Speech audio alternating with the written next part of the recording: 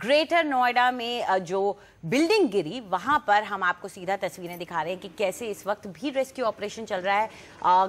2 दिन गुजरने को आ गए हैं, लोग इंतजार कर रहे हैं कि वहां से शव निकाले जाएं। अभी तक 9 शव ही निकाले गए हैं। Right, okay. सौरभ हमारे साथ जुड़े हुए हैं, वो वहां पे हैं। सौरभ पहले was one of the first few reporters to actually reach the scene जिस दिन हुआ था ये, और पूरी रात वहीं रहे थे।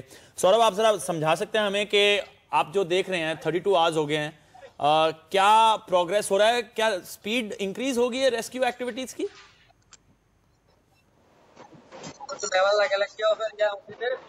बिल्कुल अमितोज, लगभग 36 घंटे हो गए हैं, 36 आवर्स हो गए हैं इस पूरे रेस्क्यू ऑपरेशन के। हम आपको लाइव तस्वीरें दिखा देते हैं क्योंकि अब जो है 4 तरफ से जेसीबी चलाई जा रही है, जिससे कि रेस्क्यू ऑपरेशन तेजी के साथ चल रहे हैं। ये तस्वीरें जो हम दिखा रहे हैं आपको, लगातार ये जो पुरानी बिल्डिंग है यहाँ से मलबा हटा लिया गया है और अब जो पूरा जो रेस्क्यू ऑपरेशन है वो अब जो फर्स्ट बिल्डिंग है, जो 6 मंजिला बिल्डिंग है जो गिरी थी चौथी मंजिल वाली बिल्डिंग पर, उस पर से अब मलबा हटाया जा रहा है। जो है अभी सुबह अमितोज बता दें लगभग 7 बजे के करीब एक नवी डेड बॉडी रिकवर हुई थी, उसकी शिनाख्त हो गई है। ये इनका नाम नौशाद है और 3 भाई थे, नौशाद, शमशाद और सोनू। तीनों यहाँ पर पेंटर का काम करते थे और तीनों की डेड बॉडी रिकवर हो गई है। इसके अलावा जो एक परिवार था जो कि अभी सैटरडे को यहाँ शिफ्ट हुआ था, उस परिवार के 4 लोगों की जो है डेड बॉडीज रिकवर हुई हैं, शव रिकवर हुए हैं।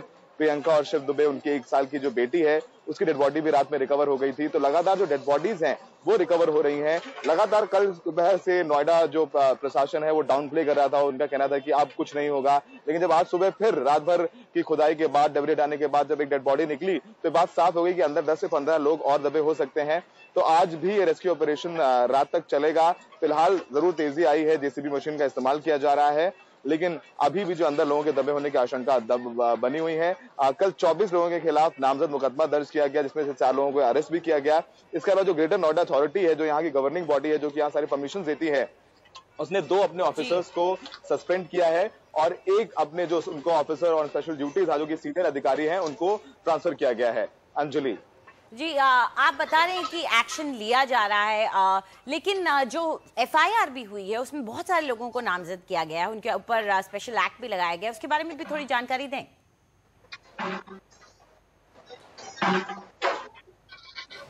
देखिए, जो नोएडा प्रशासन है उसने कहा है कि जो लोग भी गिरफ्तार हुए हैं, जो लोग भी जिम्मेदार हैं इसके लिए, उनके ऊपर नेशनल सिक्योरिटी एक्ट यानी राष्ट्रीय सुरक्षा कानून के तहत जो है कार्रवाई होगी। ये कानून जो है काफी बेहद कठोर इसमें दंड के प्रावधान है, क्योंकि जो सीधे जो है ये राष्ट्रीय सुरक्षा से डील करता है।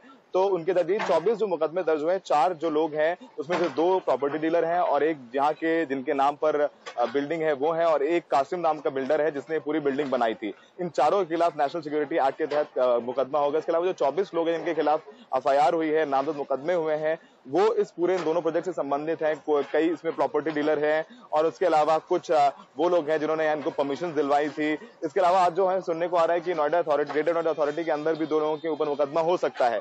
तो अब जब ये पूरा घटनाक्रम हुआ है तो लगभग 24 घंटे बाद नोएडा प्रशासन कार्रवाई कर रहा है। अगर लगातार, लेकिन अंजलि, क्योंकि आप खुद रियल स्टेट इतने करीब से देखती रही हैं, किस तरीके से जो बायर्स हैं वो लगातार शिकायत करते हैं खराब कंस्ट्रक्शन क्वालिटी को लेकर के, अगर यही सारी कार्रवाई पहले हो गई होती तो शायद आज जो अब तक 9 जिंदगियां जो है खत्म हुई हैं वो सांसें ले रही होती। तो कहीं ना कहीं ये पूरा जो इसके लिए जिम्मेदार ग्रेटर नोएडा अथॉरिटी है, क्योंकि इस बिल्डिंग में भी साफ समझ में आ गया, निकलकर सामने आया है कि सारी परमिशन नहीं थी। ये बात खुद जो जिला अधिकारी हैं यहाँ के बीएन सिंह वो बता रहे हैं। तो जब सारे जो क्लियरेंस नहीं होते तो ये बिल्डिंग कैसे बन गई, ग्रेटर नोएडा अथॉरिटी क्या कर रही थी, पुलिस क्या कर रही थी, तो कई सवाल हैं वो जरूर पूछे जाएंगे। लेकिन फिलहाल अपडेट यहाँ से यही है कि 9 डेड बॉडीज रिकवर हो गई हैं और फिलहाल जो है रेस्क्यू ऑपरेशन थोड़ा सा धीमा हुआ है। तो शायद एनडीआरएफ को लग रहा है कि अंदर एक और डेड बॉडी हो सकती है, तो अब धीरे से उन्होंने जेसीबी बंद कर दी है और हाथों से वो सारी डेब्रीज हटा रहे हैं। तो लगातार यहाँ पे डेड बॉडीज निकल रही हैं और आज देर रात तक रेस्क्यू ऑपरेशन जारी रह सकता है। अंजलि। सौरभ, एक आखिरी सवाल, जरा छोटा जवाब देना अगर हो सके, क्लैरिफाई करने के लिए हमारे दर्शकों के लिए कि कितनी बॉडीज हो सकती हैं अंदर?